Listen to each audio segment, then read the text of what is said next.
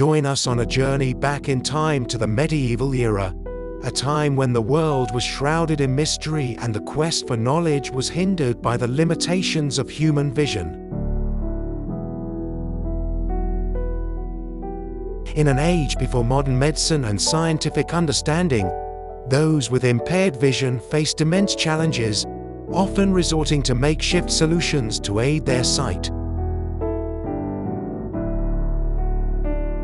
It wasn't until the late 13th century that a breakthrough occurred, a breakthrough that would revolutionize the way people saw the world around them.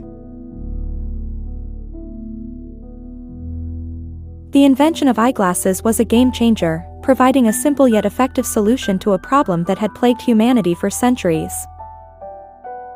Early eyeglasses were crafted by skilled artisans, using lenses made from quartz or glass mounted in frames of wood, metal, or bone. Over the centuries, eyeglasses have evolved from a practical tool for the visually impaired to a fashion statement and a symbol of intellect and sophistication.